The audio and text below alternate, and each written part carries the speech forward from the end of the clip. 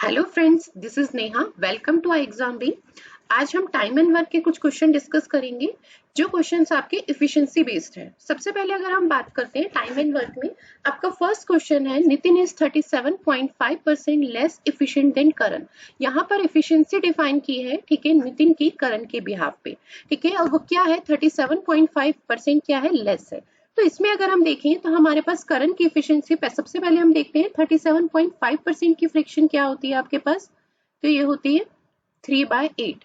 3/8 में अगर हम बात करते हैं, न्यूमरेटर डिफाइन करता है जिसके रिस्पेक्ट में डाटा गिवन है। यहाँ पर नितिन की एफिशिएंसी आपको करंट के रिस्पेक्ट में डिफाइन की गई है और वो कंपैरिजन लेस के कंपैरिजन में डिफाइन किया गया है, ठीक है। और डिनोमिनेटर हमेशा उसको डिफाइन करता है जिसपे ये चीज डिपेंड होती है, ठीक है। हमारे को यहाँ पर नितिन की एफिशिएंसी में अगर हम बात करते हैं, जो भी करंट के रिस्पेक्ट में इंक्रीमेंट या डिक्रीमेंट है वो डिफाइन किया गया है, पर किसके ऊपर डिपेंड करके बताया गया है, करंट की, ठीक है। तो यानी हमारे अकॉर्डिंग यहाँ पर अगर हम बात करते हैं तो करंट की एफिशिएंसी कितनी हो जाएगी, 8, ठीक है, 8 यूनिट हो जाएगी। और इसी के अकॉर्डिंग अगर हम बात करते हैं नितिन की एफिशिएंसी, तो आपको यहाँ पे देखना है नितिन की एफिशिएंसी में ये बताया गया है कि करण की एफिशिएंसी से 37.5% कम है। यानी अगर हम बात करते हैं न्यूमरेटर की वैल्यू इतनी यूनिट क्या है, कम है। अगर करण की एफिशिएंसी 8 यूनिट है तो नितिन की एफिशिएंसी उससे 3 यूनिट कम, यानी कितनी हो जाएगी, 5 यूनिट। क्लियर है, ये हमारी थी first line. Next line discuss करते हैं। नेक्स्ट उसमें क्या एक्सप्लेन किया गया है, करण और राम, अगर क्या है, Karan and Ram together can finish a piece of work in 24 days. यहाँ पर अगर एक्सप्लेन किया गया है कि अगर किसी काम को करण और राम मिलकर करते हैं तो उस काम को कितने दिन में कंप्लीट कर देते हैं, 24 डेज में, ठीक है। नेक्स्ट है आपके पास Ram and Nitin together can complete do it work in 32 days, ठीक है। और अगर यही काम राम और नितिन करते हैं तो इसे 32 डेज में कर देते हैं। तो सबसे पहले हम वही देखते हैं कि टोटल वर्क हमारे पास क्या है, ठीक है। तो यहाँ पर हमें पता है कि करण और राम मिलके जब करते हैं तो उस काम को कितने दिन में करते हैं, 24 डेज में करते हैं। ये बात क्लियर है। नेक्स्ट हमारे पास दिया गया है कि अगर राम एंड नितिन इस काम को करते हैं तो वो कितने टाइम में करते हैं, 32 डेज में देते हैं। तो यहां से अगर हम बात करते हैं तो हमारे पास सबसे पहले हम क्या करते हैं, टेक एलसीएम। एलसीएम लेते हैं तो जो हमारे पास डाटा आता है वो क्या आता है, इसका अगर हम एलसीएम लेंगे 24 एंड 32 का, ठीक है, तो आपके पास आएगा 96।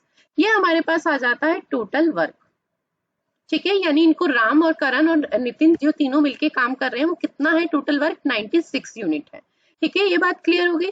अब हमारे पास यहाँ से हम फाइंड कर सकते हैं इनकी इफिशियंसी। अगर 24 डेज में 96 वर्क काम क्या है, करण और राम मिलके करते हैं तो 1 डे में उनकी इफिशियंसी क्या होगी, तो वो कितनी होगी, 4 यूनिट, ठीक है। एंड राम और नितिन की एफिशिएंसी कितनी हो जाएगी, 3 यूनिट। ये बात क्लियर हो गई। अब यहाँ पर अगर हम देखें तो हमारे को एफिशिएंसी मिल गई है। रीजन क्या है कि हमें जो फर्स्ट लाइन थी उसमें करण और नितिन की एफिशिएंसी थी, तो हम एफिशिएंसी के बेस पे कंपैरिजन करके क्वेश्चन में जो हमसे पूछा गया लास्ट में कि नितिन काम को अकेले अगर इस काम को करे, ठीक है, तो वो कितने टाइम में इसे कंप्लीट करेगा, in how many days Nitin alone finish the same work, ठीक है। तो आपसे ये पूछा गया है कि नितिन अगर इस काम को अकेले करता है तो कितनी टाइम में करेगा। तो देखिए सबसे पहले अगर मैं देखती हूँ यहाँ पर हमारे पास करण और राम की इफिशियंसी 1 डे की कितनी है, अगर हम बात करते हैं 4 यूनिट, ठीक है। और नेक्स्ट हमारे पास राम और नितिन की इफिशियंसी दी गई है, वो कितनी है, 3 यूनिट। अगर यहाँ पर इन दोनों इक्वेशन को मैं माइनस करती हूँ, ठीक है, या फिर दोनों इक्वेशन को सॉल्व करती हूँ, तो दोनों इक्वेशन में आपके पास 3 डिफरेंट ऑब्जेक्ट है। यानी अगर हम बात करें करण, राम एंड नितिन, ठीक है, इक्वेशन को सॉल्व करके सबसे पहले हमारे पास यहाँ पर जो वैल्यू आएंगी वो 2 की इफिशियंसी की आएगी। अब हमारे पास जो डाटा गिवन था, अगर मैं बात करती हूँ करण की इफिशियंसी एंड नितिन की इफिशियंसी, अगर उसमें रेशियो देखती हूँ तो वो रेशियो क्या है, 8:5 है। और यहाँ से अगर मैं फाइंड करना चाहती हूँ नितिन की एफिशिएंसी, ठीक है, तो नितिन की एफिशिएंसी क्या हो जाएगी, 5k/8, ठीक है। तो फर्स्ट अगर हम बात करते हैं, हम कॉन्सेप्ट से जब भी इस क्वेश्चन को सॉल्व करेंगे तो हम यही करेंगे कि हम यहाँ से एफिशिएंसी फाइंड कर लेंगे, या तो नितिन की या करण की, और उसे या तो फर्स्ट इक्वेशन या सेकंड इक्वेशन में पुट कर देंगे। अगर मैं करण की एफिशिएंसी यहाँ से लेती हूँ, ठीक है, तो मैं फर्स्ट इक्वेशन में करण की एफिशिएंसी को पुट कर दूंगी, और अगर हम यहाँ से क्या है नितिन की एफिशिएंसी ले रहे हैं तो वो सेकंड इक्वेशन में उसे पुट कर देंगे। अब हम जब इस वैल्यू को पुट करते हैं तो देखिए हमारे पास सबसे पहले इक्वेशन, सेकंड इक्वेशन चेंज होके क्या आ जाएगी जब हम इसे फिल करेंगे। तो आपके पास मैंने n की वैल्यू रखी 5k अपॉन में 8, ठीक है, इक्वल में तो 3 है, नितिन की एफिशिएंसी की जगह हमने ये रख दिया, ठीक है, करंट के रेस्पेक्ट में, और r। जब इस इक्वेशन को सिंप्लीफाई करेंगे तो ये आपके पास इक्वेशन बन जाएगी 8r प्लस 5k इक्वल में 24। क्या किया है मैंने, पूरी इक्वेशन का एलसीएम ले लिया है। अगर हम बात करें वन साइड एलसीएम लेके सेकंड साइड उसको क्या कर दिया है, इक्वल साइड में उसे मल्टीप्लिकेशन में ले गए, ठीक है। तो आपके पास ये इक्वेशन आ गई है 8r प्लस में 5k इक्वल में 24। अब देखिए हमारे पास सेकंड इक्वेशन जो थी इसके रेस्पेक्ट में k प्लस r, इसे भी हमें क्या है इक्वेशन को सॉल्व करने के लिए इक्वल वैल्यू बनानी पड़ेगी, ठीक है। तो हम इसमें कोई भी वैल्यू ले सकते हैं। सपोज हमारे को k की फाइंड करनी है, r की जो फाइंड करनी है उसको हम इक्वल बना, जो फाइंड करना है हमारे को, ठीक है, उसको हम डिफरेंट रखेंगे और जो हमें फाइंड नहीं करना उसे इक्वल बना लेते हैं। पर अगर हम बात करें तो यहाँ पर हमसे जो काम पूछा जा रहा है वो नितिन का पूछा जा रहा है, तो हमें सेकंड की एफिशिएंसी फाइंड करनी होगी और उसके रेस्पेक्ट में वैल्यू निकालनी होगी। अब देखिए यहाँ से अगर मैं बात करती हूँ तो हम क्या करेंगे, सबसे पहले इस इक्वेशन को सॉल्व करने के लिए, ठीक है, हम इसमें वैल्यू को इक्वल बनाएंगे। तो हमारे पास ये वैल्यू कितनी हो जाएगी, इसी इक्वेशन को लेते हैं, ठीक है, यहाँ पर लिख रही हूँ आपके पास ये हो जाएगी, k को इक्वल बना रही हूँ तो ये आपके पास वैल्यू आ जाएगी 5k पूरी इक्वेशन में। इसका मतलब मैंने किससे मल्टीप्लाई कराई है, 5 से, और ये वैल्यू आ जाएगी 5r, ठीक है, मैंने प्लेस को इंटरचेंज कर दिया और यहाँ पर 5 से इस इक्वेशन में मल्टीप्लाई कराएंगे तो ये आ जाएगा आपके पास 20, ठीक है। देन माइनस करेंगे तो ये वैल्यू आएगी आपके पास 3r इक्वल में 4। तो r की एफिशिएंसी अगर बात करते हैं, राम की एफिशिएंसी आपके पास कितनी आ जाएगी 4/3। अब देखिए आपके पास राम की एफिशिएंसी आ गई है, तो इस वैल्यू को हम किसी भी इक्वेशन में पुट करेंगे तो वहां से हमारे पास करण की एफिशिएंसी आ जाएगी, ठीक है। फिर हम उसे अगर हम बात करते हैं इस इक्वेशन में पुट करते हैं तो आपके पास यहाँ से अगर हम बात करें यहाँ पर भी पुट करेंगे, यहाँ से आपके पास डायरेक्ट नितिन की एफिशिएंसी आ जाएगी। ये था हमारे पास ट्रेडिशनल मेथड जिससे हम इक्वेशन को सॉल्व करते। पर अगर हम बात करते हैं हमारे पास जो डाटा गिवन था, हमें उसी में क्या था, उसी से हमें इस क्वेश्चन को इजी मेथड से इन इक्वेशन को इक्वल करके सॉल्व नहीं करना होता, तो हमारे पास यहीं से एक मेथड था जिसके कंपैरिजन में हम इसे सॉल्व कर सकते थे। अब देखिए उसी का शॉर्ट मेथड डिस्कस करते हैं कि हमारे को जब भी ऐसा कोई क्वेश्चन आए तो हमारे को एफिशिएंसी अगर दी गई है, ठीक है, तो और हम इस इक्वेशन को बिना सॉल्व किए कैसे आंसर फाइंड कर सकते हैं। तो देखिए हमारे पास सबसे पहले तो देखिए यहाँ पर नितिन की टाइम पूछा है कि नितिन अकेले काम को कितने टाइम में करेगा।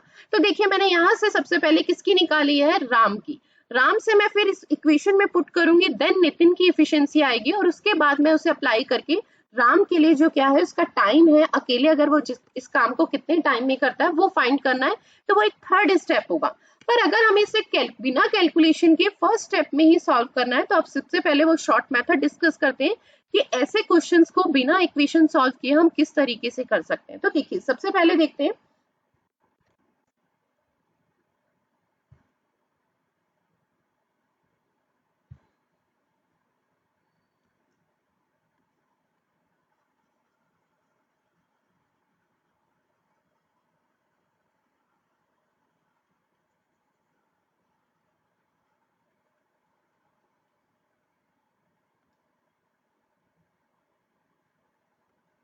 चलिए आपके पास यहाँ पर हमारे को जो एफिशिएंसी गिवन थी वो राम और नितिन की थी। अब हमें ये देखना है कि हमें एफिशिएंसी फाइंड करनी है नितिन की। रीजन क्या है, क्योंकि हमसे जो वर्क पूछा गया है वो नितिन का पूछा गया है। अगर मैं इन दोनों इक्वेशन को देखती हूँ तो इन इक्वेशन से मुझे पता है कि अगर मैं इन दोनों इक्वेशन का डिफरेंस करती हूँ तो मेरे पास वैल्यू क्या आ जाएगी, दोनों इक्वेशन को अगर सब्ट्रैक्ट करती हूँ तो आपके पास आएगी करण, ठीक है, आर से आर कैंसिल हो जाएगा तो ये आएगा करण की एफिशिएंसी माइनस में नितिन की एफिशिएंसी इक्वल में कितना आ जाएगा 1 यूनिट। अब आपके पास जो डाटा गिवन है उससे हम कंपैरिजन करें। अगर मैं यहाँ से एफिशिएंसी लेती हूँ करण और नितिन की, इन दोनों की एफिशिएंसी में अगर डिफरेंस करती हूँ तो वो डिफरेंस कितना है, 3 यूनिट का है। आपको यहाँ से वैल्यू को समझना है। आपके पास इन इक्वेशन को सॉल्व करने पे इक्वेशन को सब्ट्रैक्ट किया, सिर्फ वहीं से हमें सिर्फ क्लियर हो रहा है कि करण की एफिशिएंसी और नितिन की एफिशिएंसी में जो गैप है या फिर डिफरेंस है वो कितने का है, 1 यूनिट का है। पर अकॉर्डिंग टू हमारे पास जो एफिशिएंसी इनकी दी गई थी उसमें उसके अकॉर्डिंग अगर हम देखें तो डिफरेंस कितना है, 3 यूनिट का है। अगर यहाँ से मैं माइनस करती हूँ करण की एफिशिएंसी माइनस नितिन की, तो आपके पास वैल्यू क्या आती है, 3 यूनिट। ऐसा तो पॉसिबल ही नहीं हो सकता कि करण और नितिन की एफिशिएंसी में जो डिफरेंस है वो डिफरेंट हो। आपको एक चीज समझनी है, यहाँ पर जो इनकी एफिशिएंसी दी है ये रेशो की फॉर्म में दी है, ठीक है, यहाँ पर टोटल वर्क के अकॉर्डिंग दी है। तो जाहिर सी बात है ये रेशो है, रेशो में अगर कोई वैल्यू है तो हम उसको क्या है, इस डाटा के अकॉर्डिंग क्या है उसे कन्वर्ट कर सकते हैं। तो अगर हम यहाँ पर कंपैरिजन करते हैं कि करण और नितिन की एफिशिएंसी में जो डिफरेंस है वो 1 यूनिट का है, यहाँ पर कितना है, 3 यूनिट का है, यानी ट्रिपल है। अगर हम देखें तो 3 गुना है। तो हम इसे क्या कर सकते हैं, इस वैल्यू को इस 3 से डिवाइड करके मिनिमाइज कर सकते हैं। रेशो क्या रहेगा, उसके अकॉर्डिंग सेम रहेगा। अब देखिए अगर मैं इसके अकॉर्डिंग वैल्यू को चेंज करती हूँ, करण और नितिन की एफिशिएंसी मेरे पास रेशियो क्या है, 8:5, ठीक है। इसका डिफरेंस कितना आ रहा है, 3, यानी 3 गुना है जो हमारे पास हमारे अकॉर्डिंग जो हमारी वैल्यू है। तो ट्रिपल है, 3 गुना है, तो मैं इसे क्या करूंगी, 3 से डिवाइड करके वही कन्वर्ट करूंगी। क्यों, क्योंकि हमें उसके इक्वल ही रखना है जो हमारे पास वैल्यू गिवन है। तो अब हम इसकी वैल्यू क्या ले सकते हैं अपने अकॉर्डिंग। अगर हम बात करें तो करण और नितिन की एफिशिएंसी 8/3 एंड 5/3। अब देखिए रेशियो सेम मेंटेन रहेगा अगर हम इसके अकॉर्डिंग बात करते हैं, पर अगर हम डिफरेंस की बात करते हैं तो डिफरेंस वही आएगा आपके पास। करण और नितिन की एफिशिएंसी में डिफरेंस करूंगी तो 8/3 माइनस में 5/3, तो कितना आ जाएगा आपके पास, 3/3 यानी 1 यूनिट, ठीक है। तो वही आपके पास क्या है, डिफरेंस सेम मेंटेन हो रहा है, रेशियो भी सेम का सेम ही रह रहा है, 8/5। रेशियो में कोई चेंजेस नहीं है, पर हम अपनी वैल्यू में उसके अकॉर्डिंग क्या है, एफिशिएंसी को चेंज कर सकते हैं। तो इसके अकॉर्डिंग हमारे पास दोनों की एफिशिएंसी आ गई, ठीक है, कि करण की एफिशिएंसी कितनी आ गई, 8/3 एंड नितिन की कितनी आ गई, 5/3। और अगर हम सारी इक्वेशन को सॉल्व करके पुट करके वैल्यू को सॉल्व करते तब भी हमारे पास एफिशिएंसी यही आती। पर तब क्या होता, हम दो इक्वेशन को क्या है, सेम पहले इक्वल बनाते, ठीक है, फिर उन्हें सॉल्व करते और उसके बाद हमारे पास नितिन की एफिशिएंसी आती। और उसमें भी अगर हम बात डिस्कस करते हैं तो पहले हमारे पास या तो करण की आएगी, क्योंकि इक्वेशन में कॉमन टर्म्स क्या है, करण और क्या है, राम, ठीक है। हमारे पास या तो करण की एफिशिएंसी फर्स्ट टाइम आती है या राम की आती, और उसकी वैल्यू को हम पुट करते तो सेकंड स्टेप में हमारे पास किसकी एफिशिएंसी आती, नितिन की। और देन हम फाइंड करते कि हमें क्या है, नितिन कितने टाइम में काम को कंप्लीट करता है। और इसके अकॉर्डिंग अगर देखें तो हमने सिर्फ कंपैरिजन किया इनकी डिफरेंस वैल्यू को, यहाँ पर डिफरेंस 1 था, यहाँ पर 3 था, तो हमें इससे इक्वल मेंटेन करना है। तो उसके लिए क्या होगा, इस वैल्यू को किससे डिवाइड करेंगे, 3 से, क्योंकि वो क्या है, 3 गुना है। तो यानी हम उसकी एफिशिएंसी को भी क्या है, 3 से डिवाइड करेंगे। और जब दोनों की एफिशिएंसी को 3 से डिवाइड करेंगे तो रेशियो में कोई भी चेंजेस नहीं आएगा, रेशियो सेम मेंटेन रहेगा, ठीक है। सिर्फ वैल्यू का चेंजेस होगा और हमारा जो डिफरेंस है वो सेम इक्वल हो जाएगा, ठीक है। तो अब देखिए हमारे पास यहाँ से इसके अकॉर्डिंग एफिशिएंसी भी आ गई। नितिन की एफिशिएंसी कितनी है हमारे पास, 5/3। अब हमें निकालना था कि नितिन काम को कितने टाइम में करेगा, ठीक है। आपके पास टोटल वर्क कितना है, 96, ठीक है। नितिन की एफिशिएंसी आ गई है तो हम इजीली फाइंड कर सकते हैं। तो हमें नितिन के लिए टाइम फाइंड करना है, ठीक है। तो वो क्या हो जाएगा, 96 अपॉन में नितिन की एफिशिएंसी वो कितनी है, 5/3। 5/3 करेंगे तो 3 आपका ऊपर आ जाएगा मल्टीप्लाई में, ठीक है। तो ये वैल्यू आ जाएगी आपके पास 288 अपॉन में 5, ठीक है। इसे सिंप्लीफाई करेंगे तो आपके पास वैल्यू आ जाएगी 557 3/5। चलिए, ठीक है। नेक्स्ट डिस्कस करते हैं नेक्स्ट क्वेश्चन। तो इसके अकॉर्डिंग हम क्या है, इक्वेशन को हमें क्या है, इक्वल नहीं बनाना पड़ता। और एफिशिएंसी का कंपैरिजन जो है, अगर सपोज यहाँ डिफरेंस कितना होता 2, तो मैं वैल्यू को किससे डिवाइड कर देती, 2 से। तो हम इसके रेस्पेक्ट में क्या है, रेशियो सेम मेंटेन रहता है और इसके अकॉर्डिंग हम डायरेक्ट एफिशिएंसी भी निकाल सकते हैं। रीजन क्या है, हमें ऑलरेडी डायरेक्ट एफिशिएंसी दोनों की क्या है, मेंशन की गई है, तो वही उनकी एफिशिएंसी का क्या रहेगा, रेशियो रहेगा। रेशियो में कभी भी कोई चेंजेस नहीं होता, ठीक है। बस यहाँ पर अगर हम देखें तो हमारे टोटल वर्क के अकॉर्डिंग, ठीक है, टोटल वर्क के अकॉर्डिंग उनकी जो एफिशिएंसी है उसमें डिफरेंस आता है, तो उसके अकॉर्डिंग हम उस वैल्यू को क्या कर देते हैं, इक्वल मेंटेन कर लेते हैं। और जैसे ही इक्वल करेंगे तो हमें इक्वेशन को सॉल्व करने की रिक्वायरमेंट ही नहीं रहती और डायरेक्ट ही हम फर्स्ट स्टेप में ही क्वेश्चन को सॉल्व कर सकते हैं। चलिए नेक्स्ट क्वेश्चन देखते हैं। नेक्स्ट क्वेश्चन आपके पास क्या है, ये भी इफिशिएंसी बेस्ड क्वेश्चन है। यहाँ पर देखिए कंपैरिजन वही इफिशिएंसी का दिया है। मोहन इज 16.66 मोर परसेंट, ठीक है, इफिशिएंट देन सोहन। यहाँ पर आपके पास मोहन की इफिशिएंसी दी है किसके रिस्पेक्ट में, सोहन की। और क्या दी गई है कि क्या है 16.66% क्या है, मोर इफिशिएंट है। इसकी अगर हम फ्रैक्शन की बात करते हैं तो फ्रैक्शन कितनी होती है 1/6। और फ्रैक्शन क्या डिफाइन करती है, जिस पे डिपेंड होती है वो क्या डिफाइन करता है आपका डिनोमिनेटर, यानी ये सोहन के रिस्पेक्ट में दी गई है। तो इसके अकॉर्डिंग अगर मैं बात करती हूँ सोहन की एफिशिएंसी, ठीक है, सोहन की एफिशिएंसी हमारी कितनी हो जाएगी 6 यूनिट, ठीक है। और इसके अकॉर्डिंग अगर मैं बात करती हूँ मोहन की एफिशिएंसी,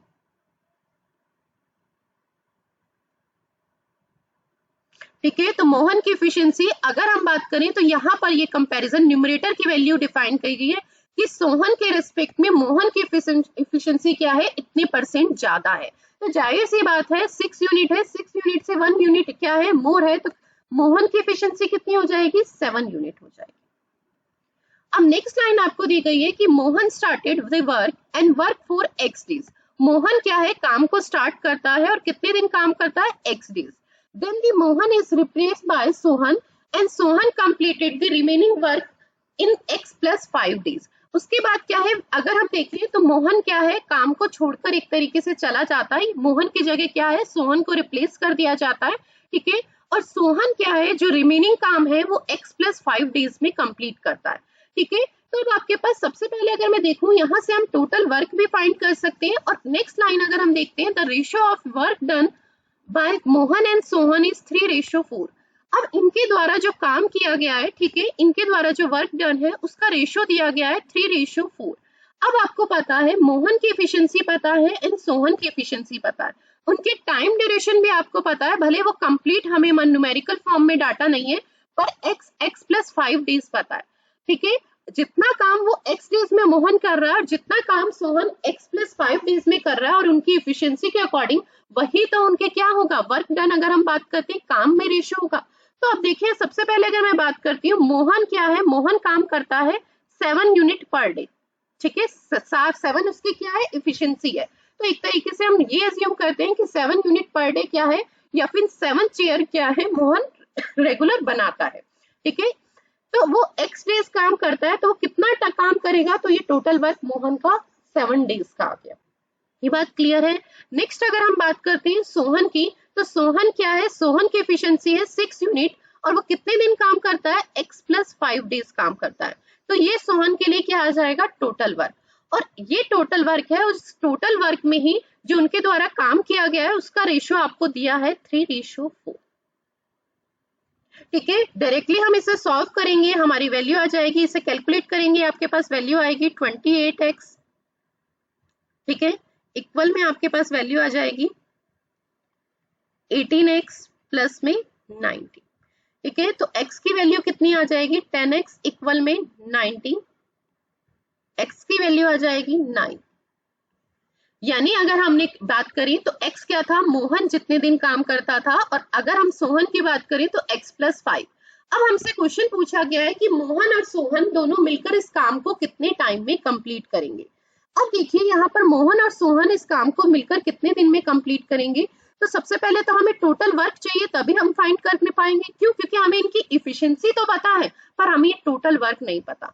अगर हम देखें मोहन क्या है, 7 डेज काम करता है, मोहन की एफिशिएंसी कितनी है 7, ठीक है। और वो काम कितने दिन करता है, 9 डेज, क्योंकि हमारे पास x की वैल्यू आ गई है, ठीक है।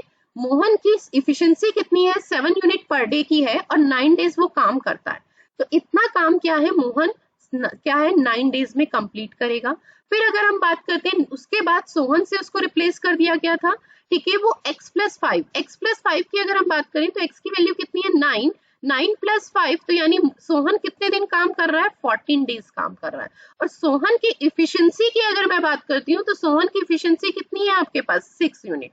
तो ये आपके पास दोनों का क्या आ जाएगा, टोटल वर्क आ जाएगा, ठीक है, कैसे हमने इफिशिएंसी इनटू में डेज किया है। ठीक है, आपके पास मोहन की इफिशिएंसी थी 7 यूनिट पर डे वो काम करता था और 9 डेज तक काम करता था। तो जितना काम ये क्या है, मोहन कंप्लीट कर रहा है। उसके बाद मोहन को सोहन से रिप्लेस कर दिया गया था। ठीक है, फिर वो x+5, x की वैल्यू है 9।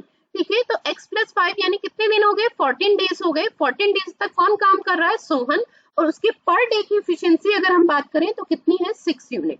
ठीक है, तो इसके अकॉर्डिंग अगर हम बात करते हैं तो हमारे पास टोटल वर्क आ जाएगा, ये कितना आएगा, 63 वैल्यू एंड देन 84। और टोटल वर्क आपके पास आ जाएगा, टोटल वर्क इक्वल में 147 यूनिट। अब आपसे क्वेश्चन पूछा गया है कि मोहन और सोहन कंप्लीट इस काम को कितने टाइम में करेंगे। आपको जब टाइम निकालना होता है, ठीक है, तो टाइम बराबर आपके पास क्या होता है, टोटल वर्क अपॉन में दोनों की इफिशिएंसी, यानी मोहन की इफिशिएंसी एंड सोहन की इफिशिएंसी। ठीक है, आपके पास टोटल वर्क कितना है, 147। ठीक है, दोनों की इफिशिएंसी की बात करें तो मोहन की इफिशिएंसी है 7 और इसकी मोहन की इफिशिएंसी है 7 और सोहन की है 6। तो ये आपके पास टाइम आ जाएगा 147 अपॉन में 13। ठीक है, और जब इसे सिंप्लीफाई करेंगे तो आपके पास टाइम आ जाएगा